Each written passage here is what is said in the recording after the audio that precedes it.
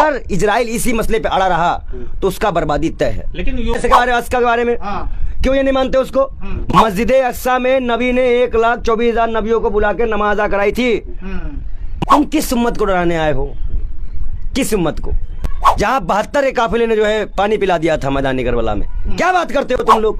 और इजराइलियों से मैं एक ही बात कहूंगा, ताबूते सकीना नहीं मिलने वाला, बक्सा नहीं मिलने वाला, तुम्हारी ताकत खत्म है। तो ये अगर यहूदी मानते हैं इस्लाम को, यहूदी इस्लाम को नहीं मानते हैं, तौरेब को मानते हैं। मानते तो अल्लाह को है ना वो।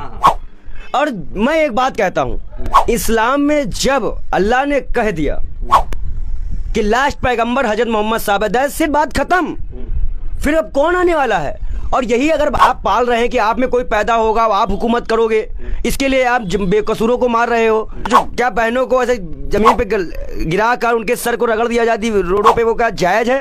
तो मानते हैं ना, वो नबी भी मानते हैं, मोहम्मद साहब नबी थे, ये भी मानते हैं ना। तो जब आप उन्हीं की उम्मदियों को, कोई एक मुसलमान, कोई उम्मदी किसी उम्मदी को अपने अजान नमाज से दूर करे, तो आप फिर दीवार के पास जाकर रोगे ही जिंदगी भर। वो जो दीवार बनी बनवाए हो ना, उसमें आपको रोना ही है पूरी जिंदगी, आपको हंसना नहीं होगा। आप अस्पतालों बम गिरा रहे हैं, आप गजा पट्टी बर्बाद कर रहे हो, क्यों कर रहे हो भैया? आप लड़ाकों को मारो, आतंकवादियों को मारो, क्योंकि ये इतिहास रहा है कि जब हिटलर ने भगाया था सबको, तब फिलिस्तीन ने इनको जगह दी थी।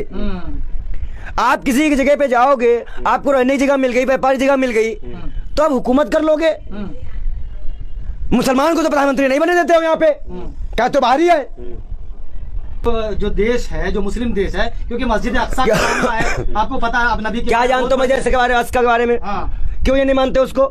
मस्जिद अक्सा में नबी ने 1,24,000 नबियों को बुला के नमाज अदा कराई थी। पूरा इस्लाम किस पे है? अल्लाह पे है।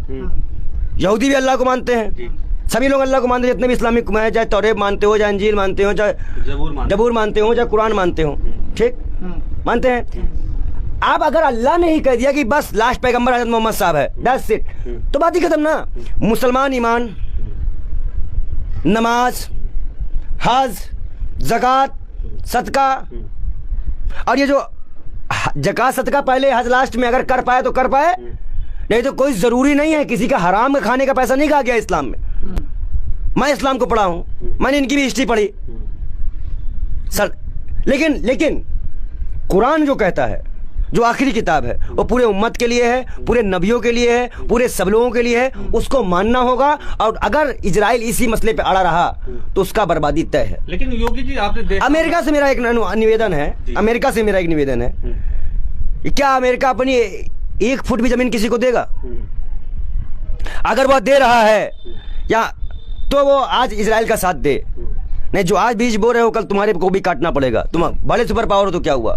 लेकिन आप, मेरा श्राप है अमेरिका को, बहुत बच्चे मर रहे हैं। अगर वो चाहता तो आज ये इतना सब कुछ ना होता।